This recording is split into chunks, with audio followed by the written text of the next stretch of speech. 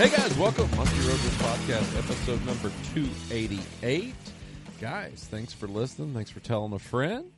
You can always text us on our Lungin Lures text line at 606-776-6729, Lungin Lures. You know what? These guys make so much stuff. You know, they're known, you know, originally for the original Lungin tails, DC-9, DC-10, and the Nutbuster spinnerbaits. But they've really taken the crankbait world by storm, and with the 22 short probably being the flagship. But they got a bunch of other ones now. They're doing the Alley Cat series of lures with the Stray Cat and the Little LP. So make sure you check that out at lunginlures.com. Again, the text line is 606-776-6729. Guys, send me some fishing reports. Send me some pictures. Let's see some stuff here. Send me some reports. Let me know how things are going out there. It is September. September is probably my favorite month to fish. And on the line right now, I've got Todd Young from up in Todd, I mean, do you say you're from Chautauqua? You're actually from Pennsylvania.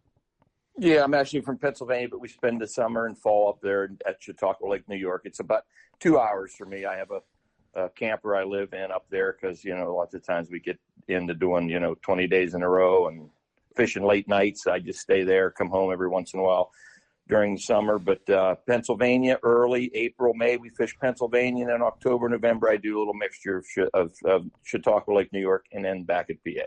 Sure. Now, Todd, what? I'm trying to take my sock off here because it's soaked because I got wet today. Just got in off the water. Your area up there, I mean, personally, I think September is my favorite month to muskie fish. What do you think? I mean, to me, I've always said that when people ask me when should I come up for a week vacation, and I say mid-September to mid-October, so we're not far off. I love after September. I love after Labor Day because, Greg, you've been on Chautauqua. Sure. I don't know if you've ever been there in the summer, but there's a lot of boats. The boat traffic is crazy. Everything really dials back as soon as you get through that Labor Day. So once June's over, I'm looking forward to after Labor Day. We'll put it that way. Yeah. I mean, that's the thing. How has it been out there? I mean, we talked a little bit before I hit record. How has the year out east in your area been, whether it be PA or Chautauqua? Yeah, so the early season, Pennsylvania, April, May, because the season doesn't start in New York till June 1, whatever day that falls on. That's where they do it now. So like today, I think, or this year, I think it opened on a Saturday. Next year it opens on a Sunday. Last year it was a Thursday.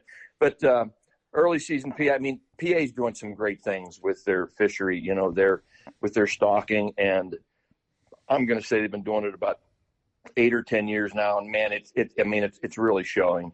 I've been fishing these PA lakes since I was a little kid, 40 some years.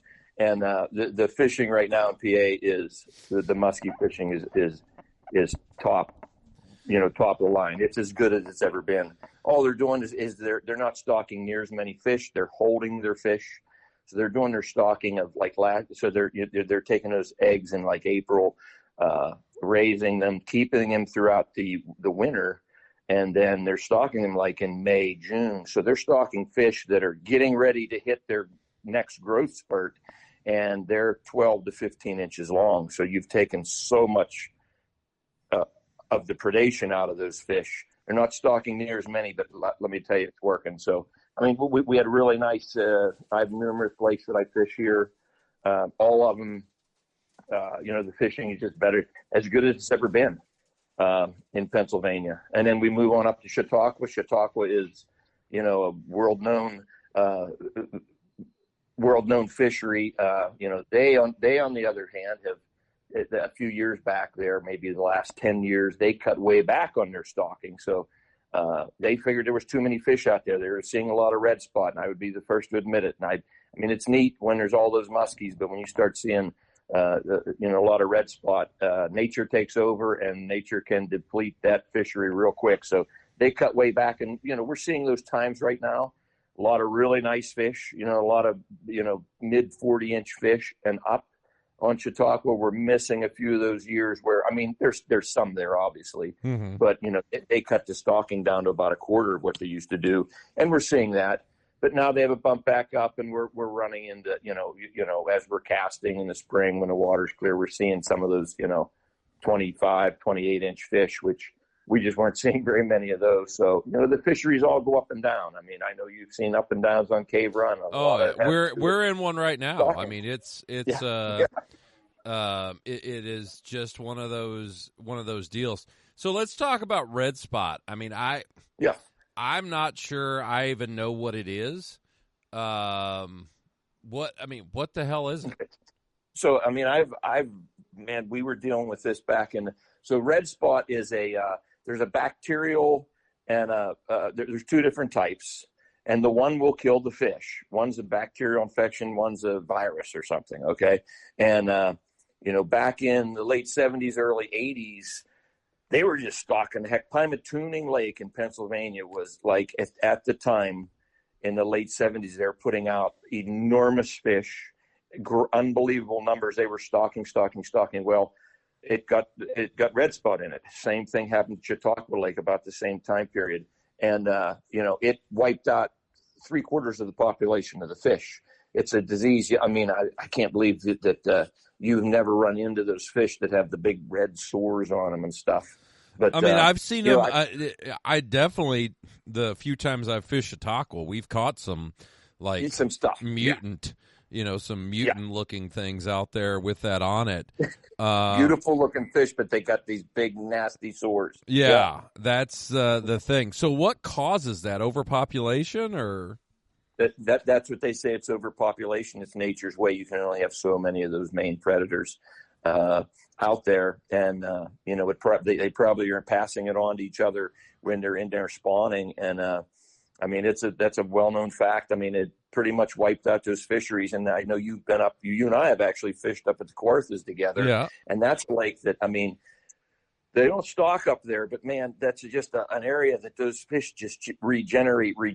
And the years of going up there, the 40 some years of fishing there, you see ups and downs there. You see, all kinds of fish, and then you start seeing a bunch of red spot. Then for a few years, the fishing goes down, comes back up. That's nature's way of controlling the population. And, it's definitely under control right now at Chautauqua. They quit putting those fish in. Fish are nice and healthy, but I'll agree. I would agree with them. 8 years ago, we were having unbelievable days and unbelievable amounts of fish getting caught by everybody fishing the lake. But you did start seeing more and more of that come up, and they noticed it in their netting surveys. They're starting to see a little bit of that more at Pymatooning again too. It's another lake that they've been hitting real hard stalking, and Pymatooning is a man-made lake, same as Cave Run. I think if we relied on most of these lakes around here, if we relied on natural reproduction, it'd be done. I don't think anybody'd even be fishing for these things. No. It'd be Sasquatch hunting. They would be fishing for Bigfoot, exactly. Yeah, I mean, it's nothing. So, I mean, do you think that's something that the red spot? To me, it almost seems like an Eastern deal, and I say that because I don't really hear anyone in Minnesota talking about it. But trust me, this state is not worried about overpopulation. It's worried, we're just hoping to get some. I mean, do you think it's something that could happen in those Ohio reservoirs right now that are just, they're just loaded with fish? I mean, I would think so. I mean, and you take Wisconsin too. I know that Wisconsin has a big fisheries, but there's thousands of lakes there. Yeah. So a lot of those lakes are relying on natural reproduction. Like I said, it comes and goes up there in that Kawartha region, all throughout that region. Now Chautauqua does now, when they stock fish in Chautauqua, they clip one of the dorsal fins underneath. There's one, two, three. They rotate that every fourth year.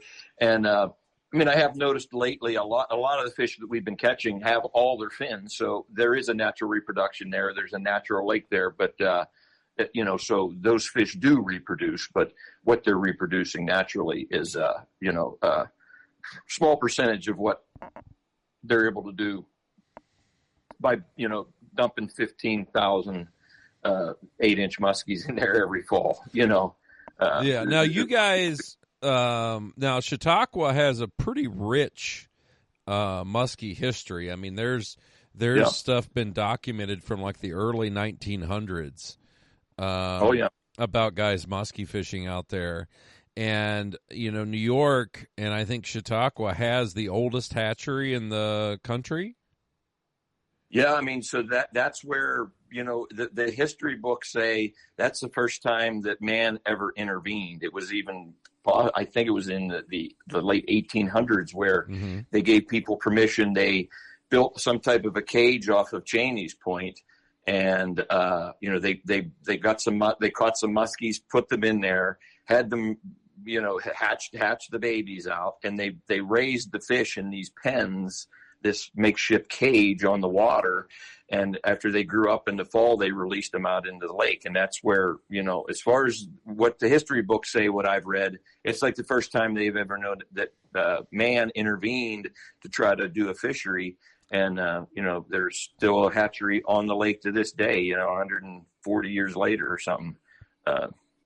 It does have a rich history. When you pick up any of those old books Larry Ramsell wrote and all that kind of stuff, the first photos you see in there are people holding fish at Chautauqua Lake. But you're talking about, late 1800s of, drawings and pictures, before Wisconsin and Minnesota were even settled as hardly as states yet. You know what I mean? So no, and was it, now correct me if I'm wrong, but I swear I read some stuff that one of the reasons why they developed the hatchery was that muskie was a delicacy in like some of the high-end restaurants. Oh, absolutely. They were shipping them all over the state, like shipping like in New York City, it was considered it was considered like a, for the wealthy elite, exactly. It was considered like a super high-end dish, and over harvesting got crazy, and that's why, I mean, it was a rare fish. So you take all these fisheries out here where we're from, where you're from, where I'm from, almost every lake almost every lake everybody fishes around here for muskies, they weren't lakes. These are all man-made places. Cave Run was made in the late 60s. Yeah. All you had was river systems. You had very few lakes. Chautauqua Lake is the highest natural elevated body of water from the Rocky Mountain systems over. So we're only about 10 miles when you're in Mayville to Lake Erie. Lake Erie is obviously flowing into the, down through the Niagara and that way. But it's at 600 feet elevation. Chautauqua sits way up on the top of that hill at 14 or 1,500 feet elevation. The water is flowing down into the Allegheny River system. So it's really the headwaters to the muskie population in our whole region around in Pennsylvania and New York, so and they're there, they were native to the lake. It was it was something that, the Indians talked about the fish with a long face, and, because it wasn't a well-known fish.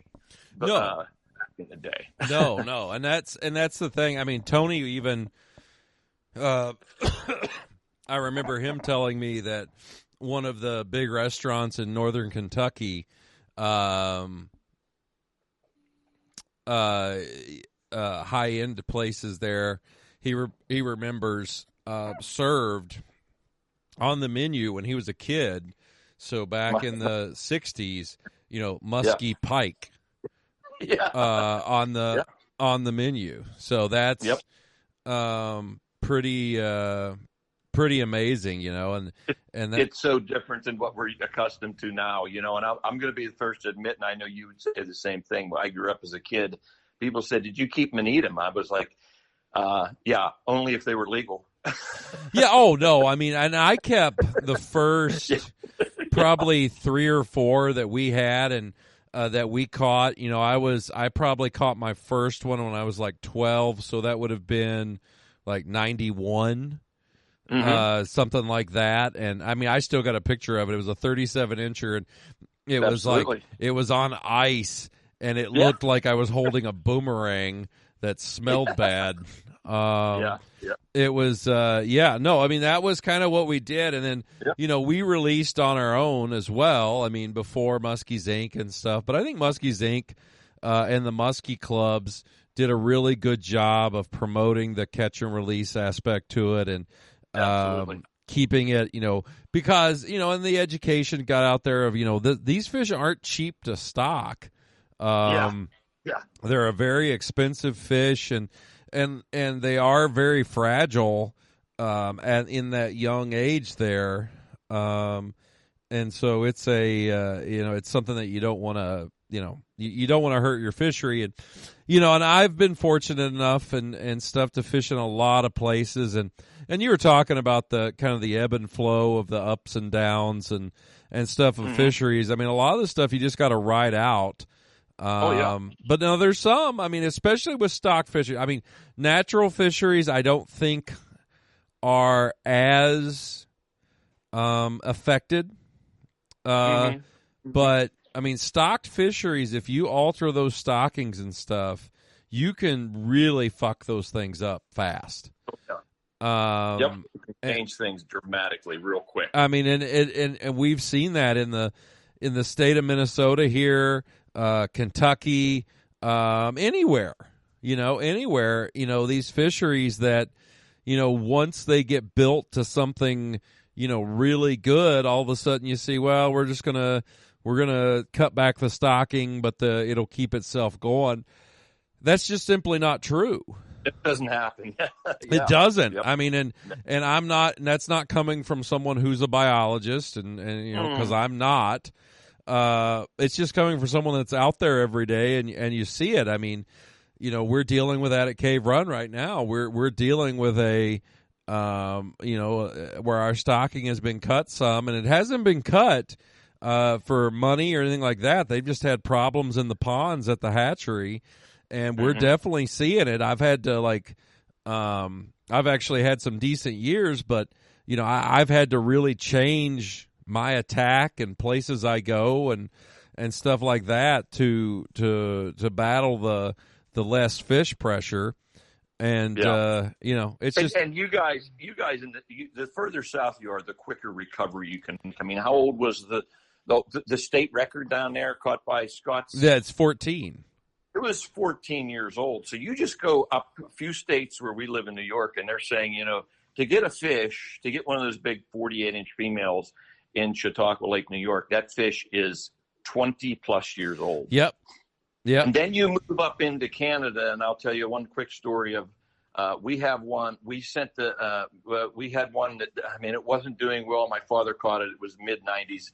It didn't, we ended up keeping the fish, 52 inches. We got it mounted. We sent the bone in.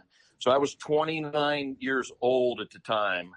And we sent the bone into the fisheries. They do this little thing they can do. You have to kill the fish, but they can do an age. They sent this information back.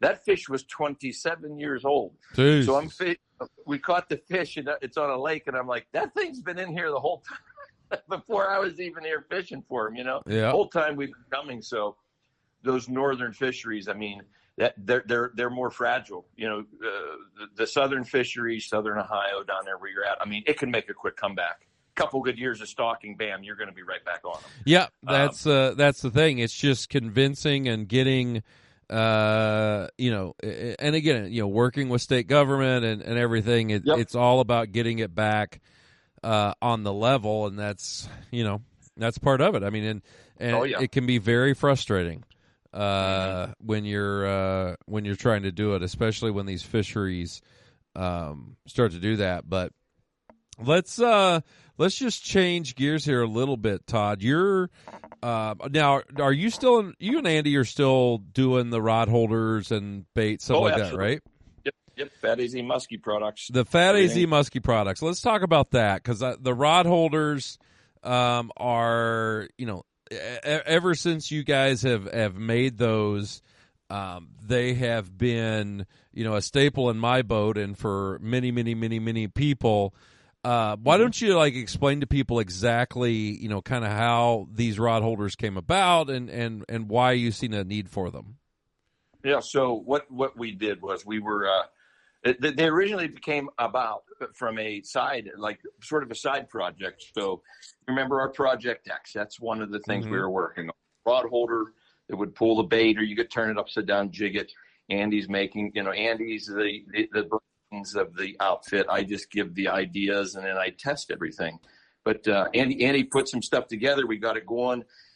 And we put a regular down east on the top of it. And I was like, Andy, I have to have a tippable rod holder to be able to put the down rod in, run the rod tips in the water. I fish a lot of the lakes that we fish around here. People don't even you have to be there to see it and to believe it. How many weeds we deal with, like try to fish these lakes without the rod tips in the water most days you're fighting a battle that is you're not going to win. So I want to be able to tip the rod. So we kind of came up with something beefed up. We came up with an aluminum base for it. Sort of beefed up the down easts and talked to down east. And we're like, look, this is what we were going to do. We don't want to rip anybody off, but we want to buy the actual down east holder, but we're going to make this thing tippable, and it's going to be for like the muskie fishermen. Guys have problems with those in cold weather, cracking, breaking. And down east said, yeah, go for it. And as far as down east, it says we've been their biggest customer in buying just the cup and the actual down east holder. So the baits is something that we came up with, putting it at an angle, being able to tip that thing on the fly, structure fishing. When you're in tight, if I know I have X amount of line out and I can look, and by the time I see it on the screen, I can just reach over, push down on the handle and lift that rod tip up and go right over top of that structure and tip it back down. And, we catch a lot of fish doing that. Sure. But that's pretty much how they came about. And, little by little, I remember introducing you to them and you tried them out. And, man, I see, like, when I see pictures all over the country now, Facebook and, wherever you see the posters, I look and I'm like, oh, nice rod holders. Oh yeah, no, they're very popular, and there's no need for a rail system. It's basically a rail system that's movable. It goes on a track. You can, if you go from trolling to casting, you can take them off, and you don't have to worry about getting the net hung in them and everything. So it's a really, really cool, a cool deal. Now, as far, I'm sorry, I was on the water all day today. I got wet. The other thing is some of the baits. You're the Raptor jerk baits that you guys are making. It's I try to explain it to people what it is, and I'm like, it's just a really thin jerk bait that doesn't really rise that fast. And stuff. So, kind of explain how that works. So they came about with, when I started getting more into the guiding and, up here on Chautauqua Lake, like I said, we're dealing with tons of weeds and, especially when you're dealing with newer guys that are still learning to use bait casters and stuff, just to hand them a spinner and trying to get them to keep that bait not getting in the weeds and, twisted around the whole time they're reeling in. We catch a lot of fish on jerkbait. We just rip them through there. And I knew right away when I started the guide business. I've been fishing here for years, but 17 years ago when I came here to start the guide business, when I would hand the average guy who's trying to learn how to use the reel and rod, hand them a Suick or a Leo or a Wiley jerkbait or a Bobby jerkbait, they're still learning the system. They're still learning the reel. They're trying to get coordinated, and they're doing and the bait was never more than a foot or two under the surface. I would cast with these guys a little, and the next thing you know, I'm on my third fish, and I'm like, look, you got to keep going like this. So basically, in talking to Andy, he's like, let's come up with a jerkbait that is kind of, let's call it neutral buoyant, as neutral as we can get it. So if I can get somebody to throw that thing out there, give it 2 nice rips, it's going to be down there 3 or 4 feet. And if they're fumbling a little, it's still going to stay there. It's going to hover, and they can get it down. And it's worked tremendously for us in that way. We just call it, and I have friends that are older than me, they're getting older, still like to cast, and they're like, man, I'm glad you came up with that, because to us, to what I feel, what I would call it is a very easy to use jerk bait that you can still rip through the water. And, when you see the fish coming, you can give it a pause, and it's not going to float up, or it's not going to sink down in front of the fish. You can pause it right in front of it, give it a little twitch, and a lot of those fish are grabbing the bait right there. Sure. That's how the Raptor came about. And it's been, I haven't thrown any other jerk baits really since we started making it. Yeah. Now, and that's a bait too, that it's a poured bait, right? It's a poured bait. Yeah. So we can hit consistencies that you just cannot hit with those wooden baits. I'll sit here and make 1,000 of them, and I can weigh them all, get ready for the next show season or whatever. And my blank when I'm done is within a couple of grams. A hook weighs like 2.5 to 3 grams. So I can hit that consistency. So it doesn't, you line everything up, and it's not something you have to go out and test. I mean, as well as I do, you can grab, a Suic. Sure. And one works way different than the next. The two right beside each other on the shelf, and you buy them both.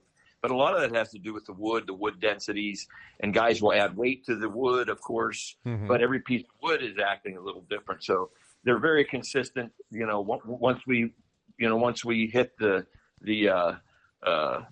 mixture that we wanted, I just pour them. We line everything up, and they just come out bait after bait. Very consistent, which is another thing that makes them real nice. Sure. Now, now some of them you've added, I know you've added tails to. Mm-hmm. Do you like the tailed ones, or are you like an old traditional? So the ones with the tails, that tail acts a little bit like a rudder. So that thing, because they're neutrally buoyant, like when you give when you give the jerk bait a rip, they can get a little squirrely. Like it wants to keep, when you stop, it wants to kind of keep floating. So I would say the tail ones are a little easier to work. That tail keeps the bait a little bit straighter. Mm-hmm. They don't get, now it's close, but I can get the ones without the tails. I can get those a little deeper. We fish a lot of that early season, June up here in New York. I cast probably 90% of the time in June. Mm. And, we're using the one with the tail most all of that time. I'm not fishing in that deep of water now. As the summer progresses and I'm fishing out on the deep water weed edges where we're fishing out in 15 feet, that's when I'll get the other ones out. I can get those a little deeper, but you got to make sure you keep the line tight. What happens is guys pull it, and if they give it slack line, they reel back up. Boom, that leader falls down and catches that hook. Sure. You know what I'm saying? The one with the tail stays a little straighter. I would say we probably it's close to 50-50, but probably the tail ones are a little more popular, just because a lot of that's because I've been throwing them a lot, and a lot of the guys buy what they're catching the fish on. Sure. But early season, I'm not fishing. Like I said, I'm not fishing that deep water, and I'm using a lot with the tail. Yeah. And then we have a line of we make that in a 6, 8, and a 10. Mm-hmm. The 8 is a popular one. The 6-inch one, it's a lot of little twitch. I run that a little differently. Don't give it the big pull. I give it a lot more tapping. Sort of just sitting there and snapping the rod, bam, bam, bam, bam, bam, like that. And we catch a lot of fish on the 6s, the 8s, the 10s. We'll get real deep for you. We do have a following for those. We had a guy just inquiring about some. I don't throw them all that much. They'll get real deep. They're a lot of work. How deep? You're saying real deep. How deep will one of those go? For jerkbait, I think without a problem, I can get that down 10 feet on a decent cast. All right. By pause. That's pretty deep for a jerkbait, Mm-hmm. And from the ones that I've used, that's everything's got to be perfect to get it down there like that. But when you're pulling that bait with the weight to it, it'll just keep diving down, and but they are a lot of work. They're heavy. I don't hand those to a lot of people. But yes, we have the 6, 8, and the 10. And then we have the line of the swim baits, which was the original Fat AZ product. And it's a paddle tail jerk bait. A lot of people will say, it looks like a little baby whale. We do catch a lot of fish on those, either straight retrieving or using them like a jerk bait or the same you would any of the other rubber baits out there. Mm-hmm. Now, the thing is on Chautauqua, you're dealing with a lot of weed edges. There's not really rock structure or anything like that out there. Nope. It is, do you see a lot of guys throwing soft plastics out there, bulldogs, deuces, tubes, stuff like that, or is it still hard baits a lot? No, I mean, I see a lot of guys. I mean, there's a lot of guys doing the live scoping now out in the open water and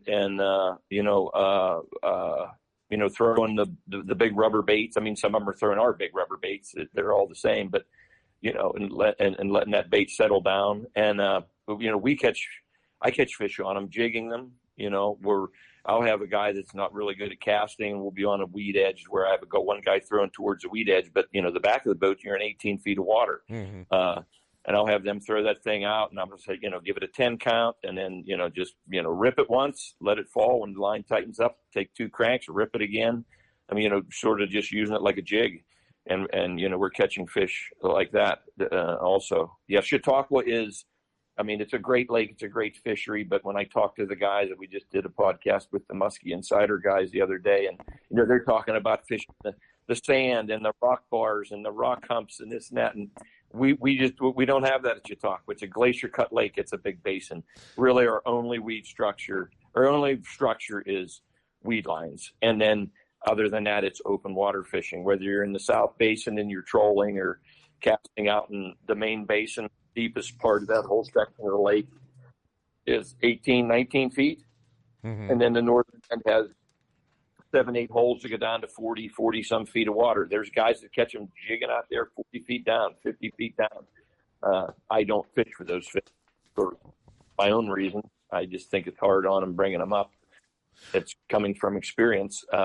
So I just don't target those fish. But yeah, you have like 7 or 8 deep holes that go down to 70 feet. There's spring water coming in, and that's what's feeding the lake. That's why the lake's there. Sure. Now, do you guys deal with a lot of hot water out there? We get pretty lucky. There's occasionally, like this year, we saw the southern end of the lake. This is the first year in the last maybe 3 years that the southern end of the lake at one time, it gets a real bad algae bloom. Mm-hmm. And we did have a pretty warm spell there, like late June, early July, where there was no wind, and that water the algae comes on, so that attracts heat. But I was going down there, I went down there and I was seeing it hit the 80, 81 degrees. But then, so I spent a couple weeks just fishing the North Basin where, that's the water's much clearer. That's where that water's coming in. And, it might be 81 at that end of the lake, but you can go fish 76 at the other end. Yeah.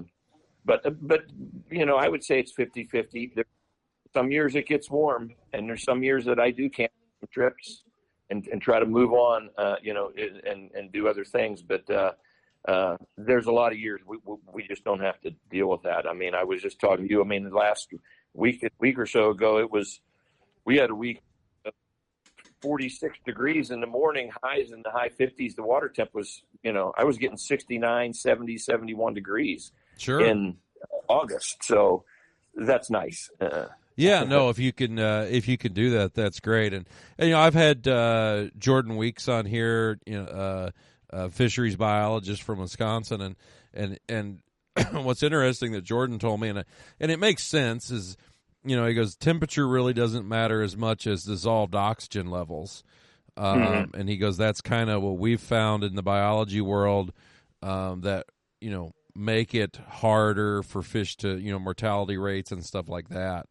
And, the thing is, as an average layman fisherman, how do you measure dissolved oxygen levels? I mean, I ain't got there's no app for that on my phone. No. That's the thing. So, well, and I don't know whether he would agree with this or not, but if I'm going to when it gets warm like this, when it gets warmer water, I fish a lot of I just spend my time. I don't fish deep. I fish shallow. And there's fish up in those weeds still. So even if it's 78 degrees, the fish hits a jerkbait just 3 feet under the surface. Obviously, there's enough oxygen or he wouldn't be there, right? Sure, yeah. I mean, that's the... So those are the fish that I target when that happens. It's just the way I do it. Sure, no, I get it. So we're going into later September here. We're right after Labor Day. Labor Day was this past weekend. What for like September, October, November? How's the year going to go? Do you think? I mean, we're going to be doing a mix. I do what guys want to do. I have some guys that come on board that are like, I don't care if you got 10 fish yesterday casting or trolling. We don't troll. Okay, then we're going to cast for them. There's always fish in the weeds up on Chautauqua all year long. Sometimes there's a lot more than others, but we can always encounter fish up in those weed beds.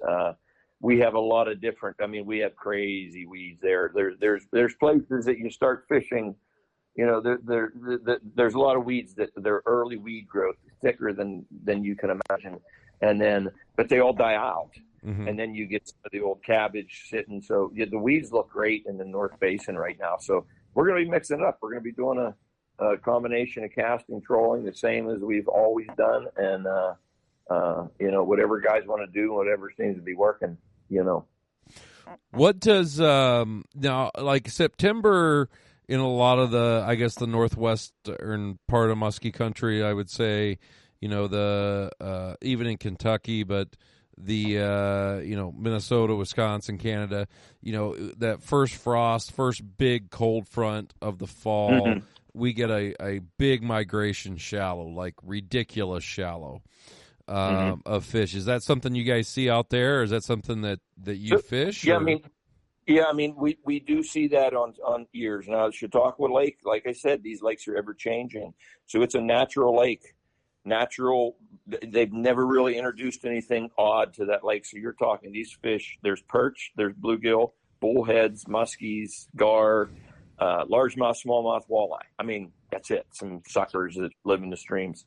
So traditionally, there's a time, when that water temp gets down below 55 into the 50s maybe, traditionally, there's a lot of the schools of perch that are more hanging out on the outside edge of those weeds. Those schools of perch do move into the shallows.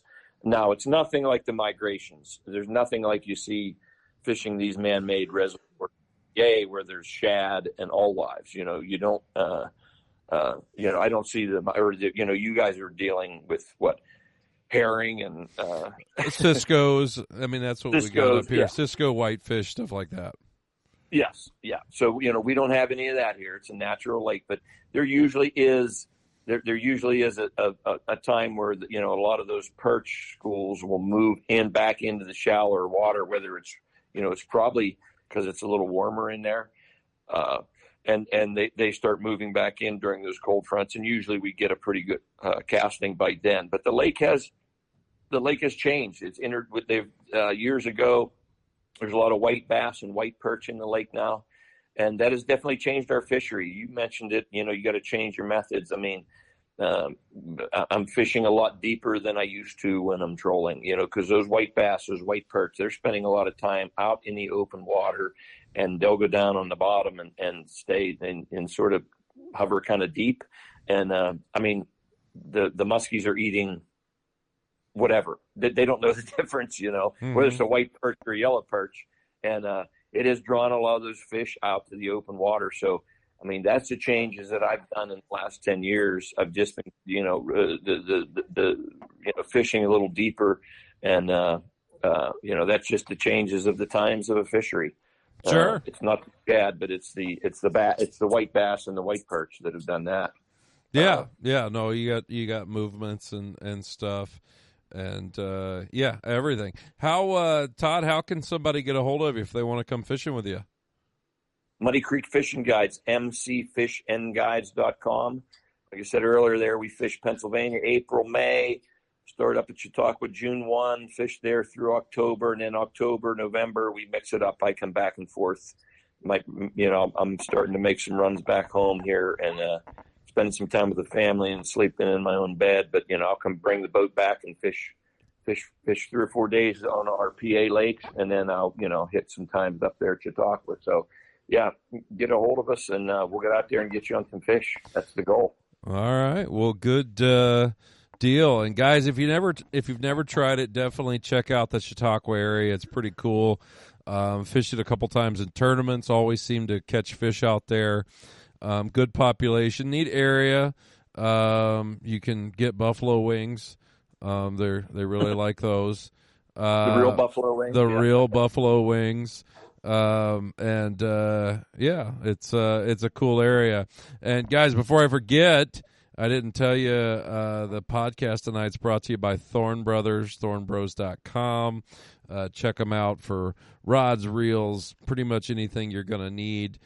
Fish electronics is a new thing that they've got the last couple of years, and they will definitely set you up with your boat, anything that you're going to need there. So check them out, thornbros.com. And guys, if you want to come up and do some late fall fishing, maybe here in Minnesota, I got some little bit of time left. You can always call or text me on the text line, 606-776-6729. Todd, bud, it was great to catch up with you. And, good luck the rest of the season, and I'm sure I'll talk to you down the road. You also. All right. Take care. Thanks, man.